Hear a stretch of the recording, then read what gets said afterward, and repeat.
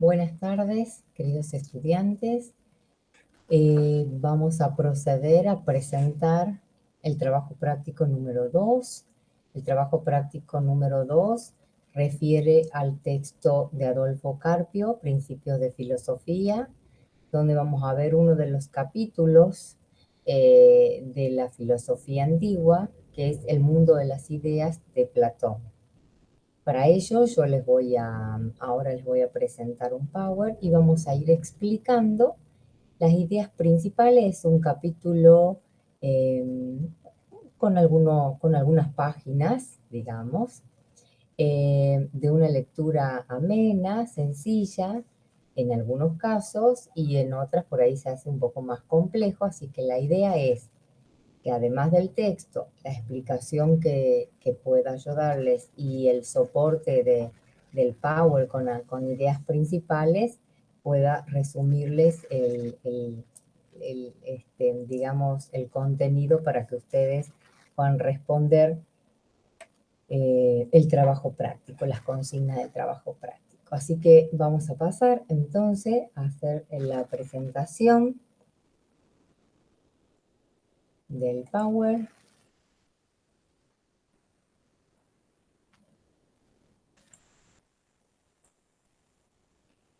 Bueno,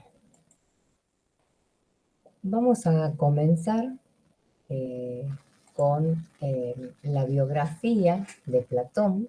A Platón lo ubicamos en lo que es la antigua Grecia o la Grecia antigua o la filosofía antigua dentro de la filosofía de Occidente. Ustedes ya hemos visto algunas cositas con Dussel. Obviamente en estos años antes de Cristo, ¿sí? En el siglo IV antes de Cristo. Platón nació en una familia aristocrática, bien acomodada, discípulo de Cratilo, a quien también lo vemos después en uno de sus diálogos dedicado al tema de lo que es el lenguaje. Sin embargo, el maestro por excelencia de Platón y quien determinaría buena parte de su pensamiento fue Sócrates. Y por ello es el interlocutor principal en sus diálogos. Es un hombre que ha viajado mucho y ese viajar por Oriente, pasó como 10 años viajando, eh, por Oriente y algunas islas como Egipto, Cirene, Sicilia, hasta que, abrevando, ¿no es cierto?, de otros ámbitos, de otras filosofías, hasta fundar en Atenas, en el año 387, su tan conocida escuela, la Academia, ¿sí?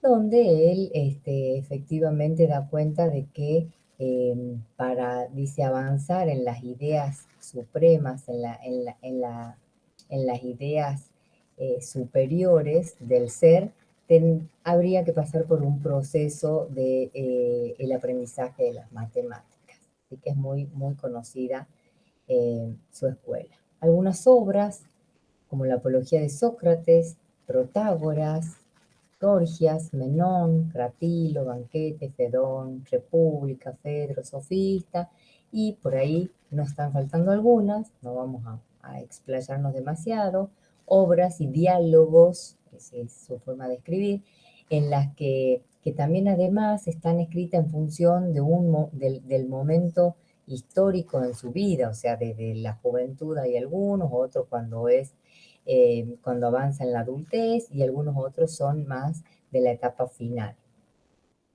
Fue un gran filósofo, es uno de los clásicos y un artista de la palabra. Escribió y escribió mucho.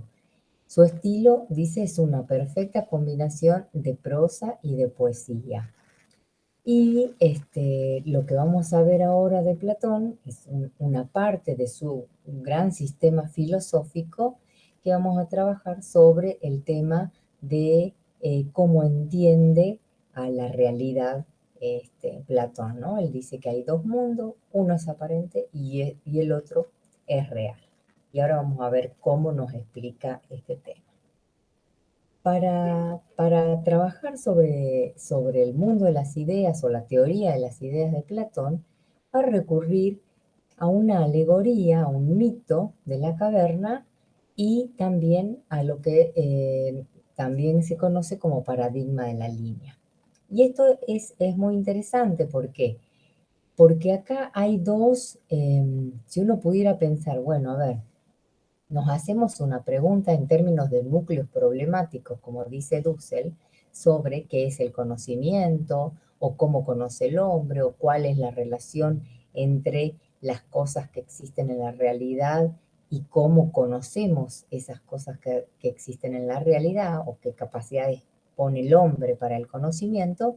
Nos encontramos efectivamente con dos respuestas a esos posibles núcleos, y una de las respuestas es una narración, es un relato mítico, es una narración metafórica que Platón va a desarrollar en el libro séptimo de la República con algunas intenciones pedagógicas y didácticas. Entre esas intenciones están los temas nociológicos relacionados con el conocimiento, los temas ontológicos relacionados con el ser, con los dos mundos, con las entidades que, que podemos distinguir entre los dos mundos, con temas pedagógicos, políticos y también con el proceso dialéctico.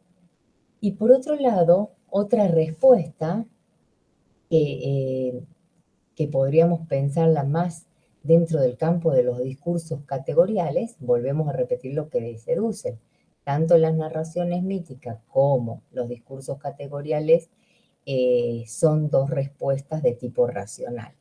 Una enfocada más, como el mito de la caverna, en elementos simbólicos de los cuales vamos a poder ir descubriendo lo que nos quieren decir los distintos símbolos, y por otro lado, un discurso categorial más armado argumentativamente y puesto en juego en términos de una representación que vamos a ir explicando. Vamos a intentar hacerlo de manera paralela, ¿sí? A efecto más bien didáctico. Entonces, el paradigma de la línea es una explicación representativa de los grados del ser, de los dos mundos, del mundo sensible y del mundo inteligible, y de los grados del conocimiento. Por un lado, la doxa o opinión, y por otro lado, la episteme o ciencia. Este paradigma él lo desarrolla en el libro sexto de la República, y es un camino donde se explica el proceso de, podríamos decir, desde el no ser al ser, aunque en ese sentido se distingue Platón de otro filósofo Parménides, porque no parte necesariamente de un no ser absoluto. Así que ya vamos a ver en qué consiste el tema. Y desde la ignorancia al conocimiento absoluto. Y esta teoría de las ideas explicitadas o explicadas y simbolizadas a través de un mito y de un paradigma va a derivar su antropología platónica. Bien, vamos a intentar explicar. Acá tengo dos gráficos que van a explicar más o menos lo mismo.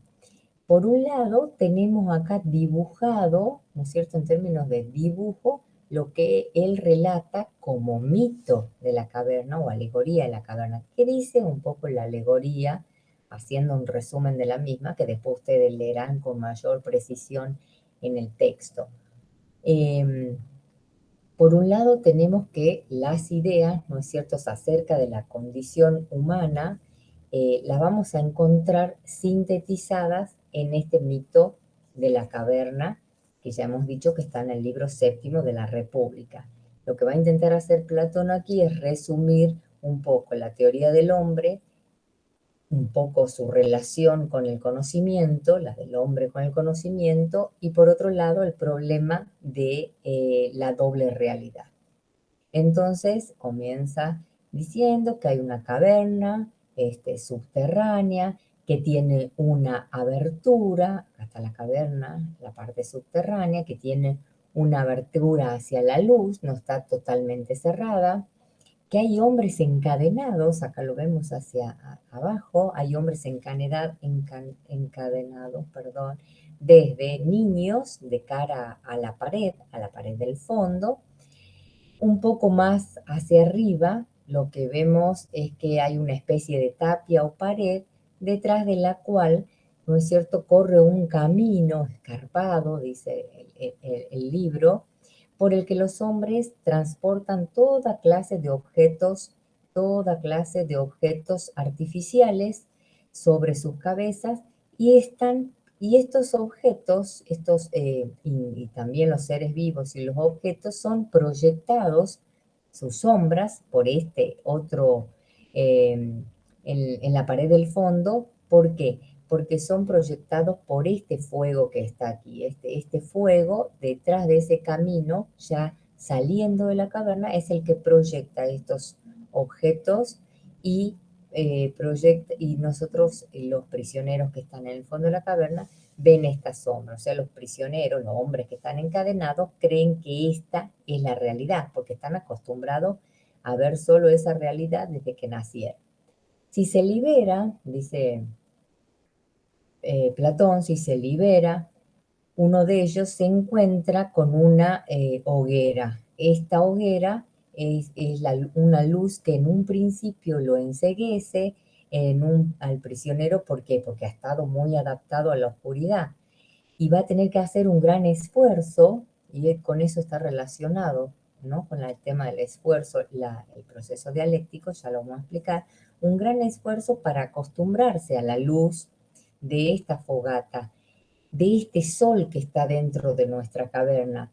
Y está deslumbrando, está deslumbrado, enceguecido, pero pronto se va a ir acostumbrando paulatinamente, procesualmente, a esa luz y va a poder distinguir esos objetos sensibles, los seres vivos, los objetos, de estas sombras que veía anteriormente, hasta descubrir que es capaz de salir de la caverna y que cuando sale de la caverna se amplía el horizonte de ese mundo, aparece otro mundo, pero al que accede ya no eh, a través de los sentidos, sino que puede acceder en esa liberación que se produce del prisionero, puede acceder a otro nivel, pero que es un nivel intelectual. Es un nivel que está asociado con la posibilidad de entender y de comprender en términos intelectuales, haciendo abstracción, la otra realidad, hasta entender que ese sol es la causa suprema de todas las cosas, porque esa es la idea de bien, es la idea la que genera de manera real todo este mundo que está debajo de la caverna. Ya vamos a ver por qué. Por qué es la causa primera, es la causa de todas las cosas que están fuera de la caverna, o sea, el proceso intelectual, como también las que están dentro de la caverna. Si pasamos al siguiente segmento, acá ya estamos más en contacto con el paradigma de la línea. Esperen, antes de pasar al paradigma de la línea, también en el texto, Adolfo Carpio le va a hablar sobre algunas posibles dimensiones que hay para entender la alegoría y que son simbólicas. ¿Cuál es una de ellas? Por ejemplo, por un lado, la dimensión relacionada con lo nociológico, esto de que a medida que avanza en cada cuando es liberado, va avanzando y descubriendo que tiene distintas capacidades para conocer distintos objetos. O sea, va descubriendo el mundo del conocimiento y va descubriendo los grados de ser o los grados de la realidad, y que esta realidad que está al fondo de la caverna no es la misma de la que está fuera de la caverna, ¿sí? Eso por un lado, en esa dimensión. También hay una dimensión pedagógica, hay una dimensión política. ¿Cuál es la dimensión pedagógica? La dimensión pedagógica tiene que ver con la enseñanza, con la posibilidad de acercarnos al conocimiento o de que alguien se haga cargo de acercarnos al conocimiento, a construir ese conocimiento. Sí, dice él, si un prisionero es liberado a través de la caverna, ¿qué pasa con el resto? Porque dijimos uno es liberado. Entonces, ese que ha logrado salir de la caverna ha tenido la capacidad de conocer los objetos de la ciencia, los objetos matemáticos y las ideas en su máxima expresión, tiene la posibilidad, y ahí aparece una dimensión ética, porque tiene que tomar la decisión de que puede volver hacia la caverna, hacia adentro, porque pensando en el resto de sus compañeros. Entonces dice, bueno, uno puede decir, yo aprendí todo esto, ¿qué hago? ¿Me quedo con el conocimiento? ¿Yo me liberé de las cadenas? ¿He podido acceder a otro grado de conocimiento que me da otra perspectiva del mundo, que mejora mi situación en el mundo? Y me quedo con mi conocimiento, o tengo también la posibilidad, y es otra decisión, y es otro el ámbito de la decisión ético y política, de volver al donde están mis compañeros y tratar de liberarlos, convencerlos de que hay otro mundo allá afuera, que ese mundo tiene ventajas sobre este, que ellos son capaces de acceder a ese mundo. Entonces, ¿cuántas veces la cuestión pedagógica, la cuestión didáctica, nosotros que somos docentes, corremos riesgos? ¿Por qué corremos riesgos? Porque muchas veces este prisionero puede volver y que no le crean, ¿sí? Los otros prisioneros tengan miedo de salir o crean que es una trampa o sea tan fuerte su miedo que a lo mejor corre riesgo de vida quien viene a decirle hay otra realidad, ¿no? El mensaje es no solo de enseñanza, es de generosidad con el conocimiento, por eso es una decisión ética, sino también es político, porque el mensaje político, y estamos hablando de la palabra política en el término griego del siglo IV antes de Cristo, que es el mensaje universal, es el mensaje del bien común, es el mensaje de que todos accedan a, aunque sabemos que el todos estaba bastante restringido en esa época, ¿no? Pero, y la dimensión, habíamos dicho la dimensión pedagógica, la dimensión política y la dimensión ética, porque es una decisión que yo tengo que tomar, ¿no? Si me quedo con el conocimiento o brindo el conocimiento a los otros para que puedan liberarse de esas cadenas, cadenas de la opresión, cadenas de la desigualdad, cadenas de la ignorancia. Bueno, como es un mito, podemos establecer muchas simbolizaciones, incluso podemos pensar, y alguna de las consignas va a tener que ver con eso, en cómo podría yo en términos actuales hacer un análisis simbólico de este relato. Por otro lado, les decía, vamos a avanzar en lo que es el paradigma de la línea, donde hay una explicación representativa de cada etapa. Van a ver que hay un segmento, ¿no? Esto es bien geométrico, bien matemático. El segmento no es igual, no está dividido en partes iguales, sino que este segmento que se conoce efectivamente como paradigma de la línea en el libro sexto de la República, representa los distintos grados del ser y del conocer. En este margen tenemos los grados del conocimiento, los grados noseológicos, o sea, las capacidades que los hombres ponemos en juego para el conocimiento de diferentes realidades, porque esta es una realidad y esta es otra realidad. Por un lado, tenemos en esta primera parte del segmento, que incluye a dos segmentos, ¿no? AB y DB, tenemos por un lado las imágenes, las sombras y las figuras, y por otro lado los objetos sensibles, los animales, las plantas, las cosas fabricadas. Este es el interior de la caverna. El mundo sensible es el mundo sensible, el mundo cambiante, que solamente puede ser conocido por la opinión, porque la opinión también incluye dos capacidades nociológicas más simples, menos rigurosas, que son la imaginación, por un lado, que es la que nos permite conocer la sombra y las figuras, pero nos mantienen en esa realidad que es aparentemente falsa, y pasamos, o icasia, como dice el texto, y pasamos a la creencia o pistis, que es un avance en el proceso de conocimiento donde yo ya no conozco las imágenes nada más. Ustedes, por ejemplo, nosotros cuando estamos viendo televisión y vemos actores y vemos situaciones, esas son imágenes y lo que conocemos en ese momento está relacionado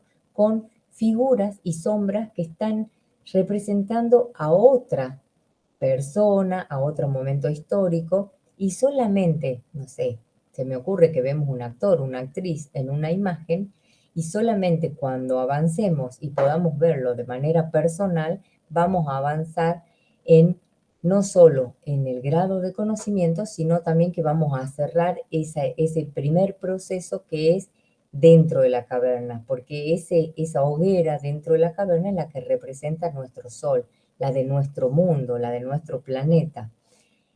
Y si avanzamos en la explicación representativa, tenemos por otro lado el conocimiento intelectual, el conocimiento relacionado con episteme o ciencia. Este conocimiento intelectual tiene como objeto de conocimiento al mundo inteligible. ¿Y cómo está conformado el mundo inteligible? El mundo inteligible está formado también, que es inmutable, por dos elementos. Por un lado, las ideas matemáticas u objetos matemáticos o entidades formales y científicas, o sea, del campo de las ciencias formales, pero también de las ciencias fácticas, todavía muy ligado al sector de lo sensible.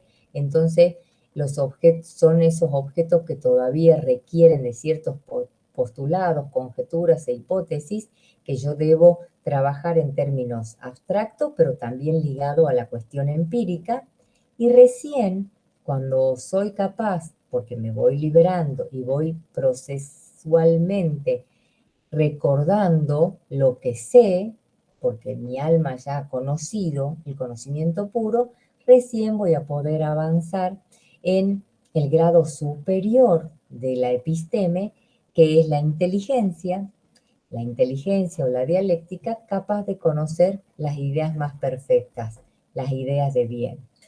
Esta explicación, entonces, este aspecto, este último aspecto es el aspecto del conocimiento riguroso, preciso, fruto de que nuestra alma ya ha contemplado en algún momento las ideas. Y lo que vamos a hacer de este proceso, pasando desde la A hasta arriba, hasta la idea de bien, es un proceso cognitivo y es un proceso que ya hemos conocido mientras hemos estado en otro lugar. Ahora vamos a avanzar.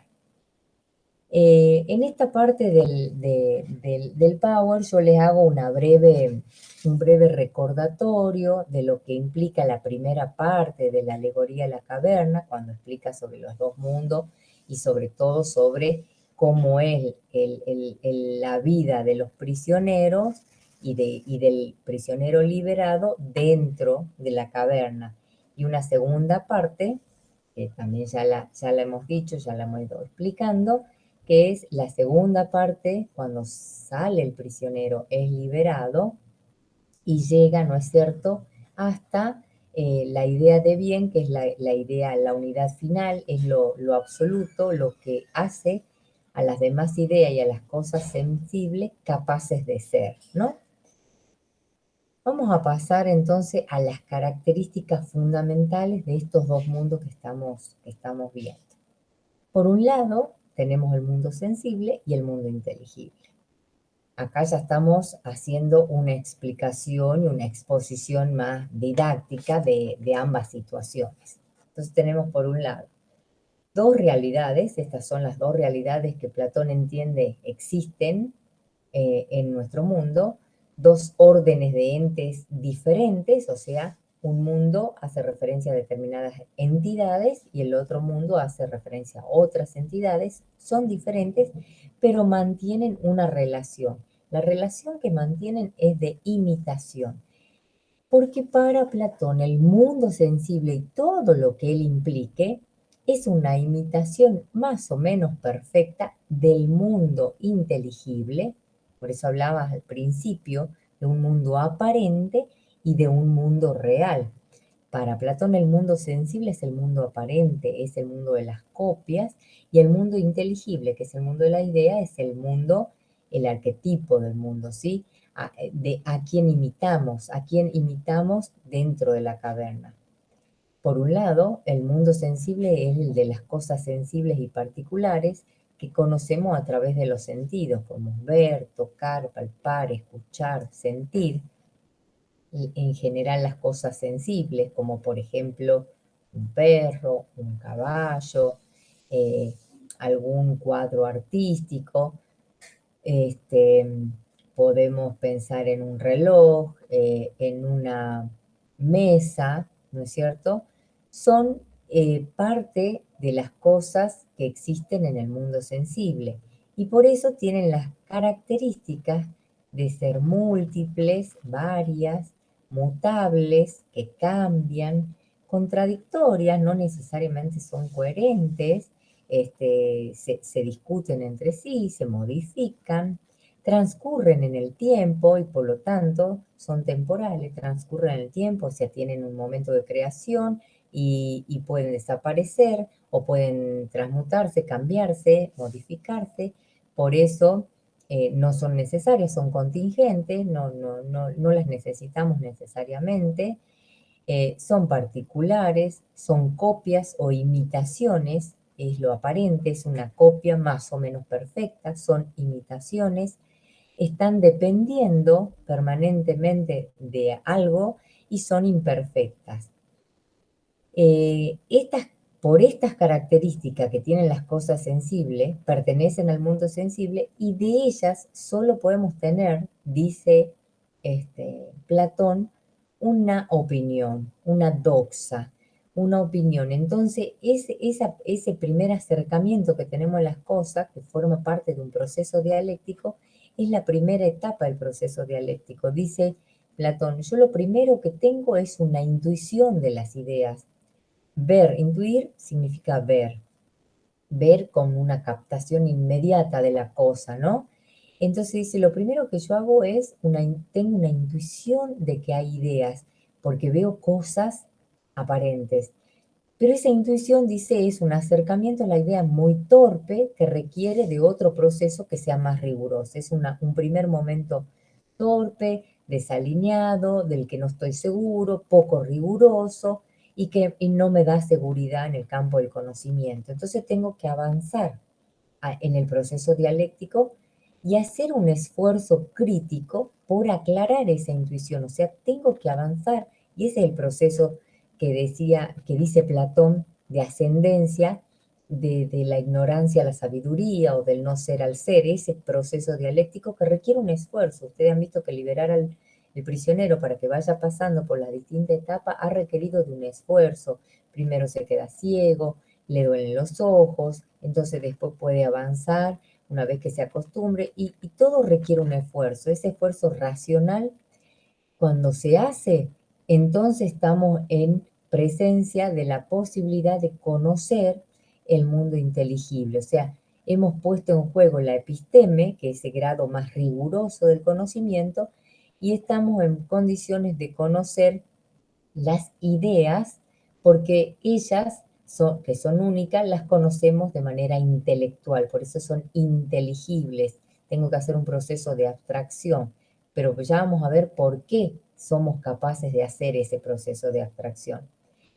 Y las características que tienen las ideas en Platón, y son las características que se corresponden con el mundo inteligible, es que las ideas son únicas. Entonces habíamos dicho, aquí teníamos mesas, ¿sí? Tenemos mesas, infinidad de mesas. Ustedes piensen en las mesas actuales, en las mesas del siglo XVIII, en las mesas del siglo XV, en la mesa del siglo IV, la del 5 a.C. En cambio, hay una única idea de mesa, ¿sí? Una única idea de mesa que como que las resume a la variedad de mesas que existen en el mundo y que han existido. Las ideas son inmutables, no cambian. La idea de mesa va a seguir siendo siempre la misma. En cambio, las mesas son diferentes. Son diferentes las mesas en mi casa, la de la cocina, la del comedor, son diferentes mis mesas de tus mesas y así sucesivamente. Pero la idea de mesa no cambia, es única, es inmutable, es idéntica a sí misma. La idea de mesa es la idea de mesa y no de silla y no de perro, ¿sí? Son intemporales, no comienzan a existir en un momento dado y dejan de existir en otro, están fuera del tiempo, son necesarias, absolutamente necesarias y universales, eh, son modelos o arquetipos, o sea, sirven de modelos para que estos elementos del mundo sensible las puedan copiar, ¿sí? Por eso decíamos que son copias o imitaciones de estos modelos que son perfectos, que son independientes, y eso resume la característica que tiene este mundo sensible. Entonces, en el proceso dialéctico, lo que yo hice es ir pasando de una simple intuición, menos rigurosa la idea, a un conocimiento, porque allá hice un esfuerzo crítico para aclarar, ¿no es cierto?, esa idea, y las voy aclarando a través de un proceso intelectual. Vamos a ver cómo se da ese proceso intelectual.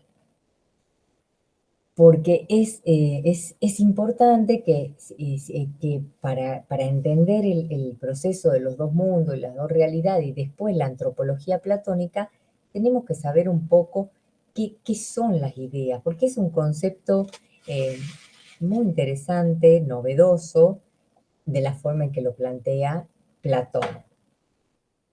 Las ideas, acá yo les voy a poner unos ejemplos. Las ideas, dice, son el correlato en el mundo inteligible, porque ya hemos visto que las ideas corresponden al mundo inteligible, de las esencias de las cosas sensibles. O sea, cuando nosotros vemos, nosotros pensamos tenemos un perrito, pensamos en la idea de perro. Hay una gran variedad de perros, que son las cosas sensibles.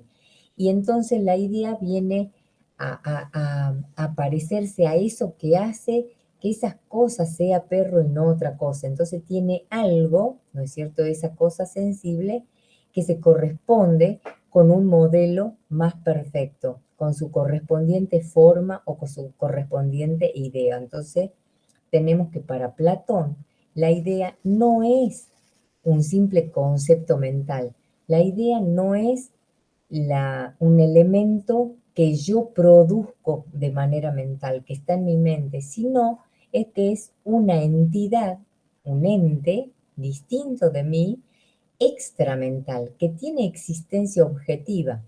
Cuando yo digo que tiene, bueno, yo digo, Platón dice que tiene existencia por fuera del sujeto, significa que las ideas nos preexisten, están en algún lugar, están en el topos uranos y circulan en algún momento. Por ejemplo, y acá les muestro algunos ejemplos, la multitud de cosas sensibles bellas, o sea, el ejemplo muestra que hay muchas cosas sensibles que son bellas. ¿Por qué? Por ejemplo, este jarrón o esta pintura son cosas bellas. Y yo puedo, a través de estos elementos naturales o artificiales, generar un cuadro a través del arte imitando las cosas bellas, ¿sí? Puedo pintar este paisaje natural, puedo pintar este objeto artificial. A través del arte lo que voy a hacer es imitar esas cosas bellas que existen. Entonces, la idea de belleza no es para Platón, ¿no es cierto?, una construcción mental que está formada en base a esos caracteres comunes que vamos a poder observar de armonía, de propiedades, de colores en las cosas bellas. No es lo que conocemos como el concepto de bello. La idea de belleza, miren dónde está la idea de belleza, existe por sí mismo, más allá de la mente, de nuestra mente, y con independencia de estos objetos sensibles bellos. Y lo mismo ocurre, dice él, con las ideas de verdad, de bondad, de justicia, de mesa, de perro. Entonces tenemos, miren los niveles que tenemos. Por un lado, vamos a comenzar de arriba, la idea de belleza, allá en el topos Urano, en un lugar celeste, donde están todas las ideas que son perfectas, que son inmutables, independientes, necesarias, universales, no están en mi cabeza. ¿Qué pasa? Yo después necesito a esa idea abstracta ponerle un nombre. Entonces aparece esta idea del concepto. Tenemos el concepto belleza, ese concepto belleza que nos ayuda a interpretar, o por lo menos a interpretar lo que puedo entender yo como belleza del otro, ¿sí? Entonces, un concepto que recupera los elementos comunes de esa idea y es capaz de decirse a través del lenguaje. Y ese concepto, ¿qué entraría dentro de ese concepto de belleza? Van a entrar las cosas bellas, o sea, todas las cosas bellas que existan en nuestro mundo, dentro de la caverna, van a poder conceptualizarse con este nombre de belleza. Y si bajamos más, las cosas, además de las cosas bellas, también existen las copias y las imitaciones más o menos perfectas de esas cosas bellas. Pero realmente esta imitación de las cosas bellas es la imitación de la idea que está arriba de belleza.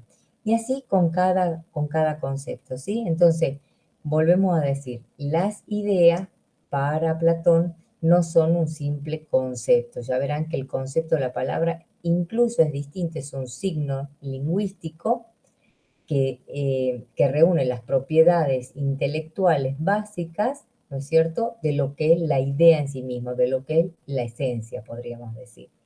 ¿Y por qué es importante entender esto? Justamente porque la concepción de hombre considera este concepto de idea muy especialmente. Vamos a ver que para entender lo que el hombre es para Platón, vamos a tener que recurrir a todos los elementos que ya hemos visto.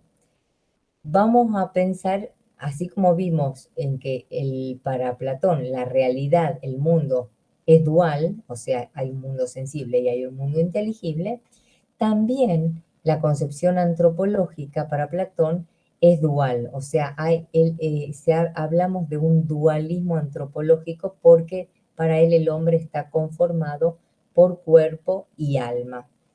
Por un lado, ¿por qué?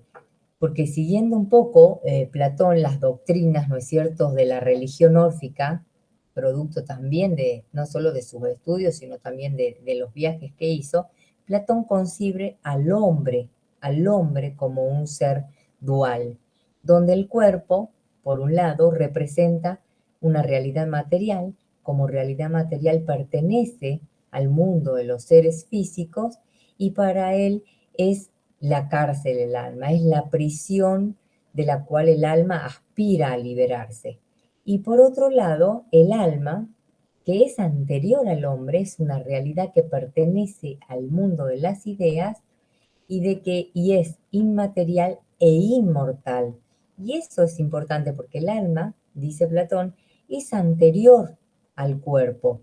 ¿Qué significa que es anterior al cuerpo? Que existe antes de su vida terrenal.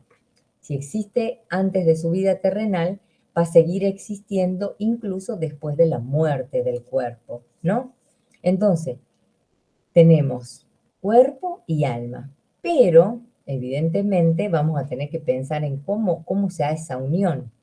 La unión del alma con el cuerpo, efectivamente, este, eh, no es sustancial, sino un estado, o sea, no tiene que ver con que dos sustancias se unen en algún punto. Es más bien un estado accidental y transitorio. Entonces, mientras el alma permanece unida al cuerpo, la misión del alma es la de purificarse, o sea, se reencarna en un cuerpo para purificarse, para prepararse para la contemplación de las ideas. Y las impurezas vienen, dice, de la influencia del cuerpo, o sea, lo impuro en este caso es producto del cuerpo, de las exigencias y de las necesidades que tiene el cuerpo que tratan en todo momento de imponerse al alma a través de las pasiones, de los placeres sensibles, de los sentimientos, etc. Y tratan de imponerse al alma, pero impidiéndole el ejercicio del conocimiento intelectual. Entonces, ahí está el esfuerzo del alma por conocer las ideas. ¿Qué significa esto? Que el alma está encarnada, está encarnada en el cuerpo. Y al estar encarnada en el cuerpo, condicionada también su actividad cognitiva por esas propiedades que tiene el cuerpo, por esos defectos que tiene el cuerpo. Entonces, lo que pasa es que ella, como preexiste al hombre, antes de nacer en la vida, en un cuerpo, ya ha estado fuera del mundo material. ¿Y dónde ha estado fuera del mundo material? Ya ha conocido el mundo de las ideas, ya tuvo el alma contacto directo con el mundo de las ideas, con ese mundo inmaterial.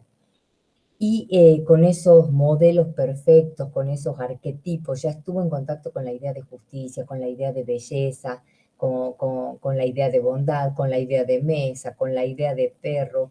Y allí ella adquirió todo el conocimiento, o sea, la que adquiere el conocimiento es el alma. Pero ¿qué pasa?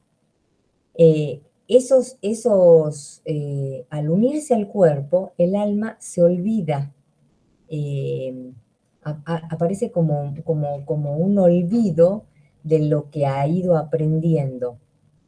Pero al contemplar las cosas del mundo, que están hechas a semejanzas de las ideas y están hechas, digamos, estas ideas perfectas están creadas, ¿no es cierto?, por un demiurgo, por un dios, vamos a decir, ¿sí? Un demiurgo y al encarnarse en su cuerpo y por producirse ese olvido, comienza con un proceso de recuerdo. Dice Platón, comienza un proceso de reminiscencia, en contacto con las sensaciones y las cosas que están en este mundo, pero sabiendo que las cosas que están en este mundo, sobre las que está recordando, son copia y semejanza del verdadero mundo real.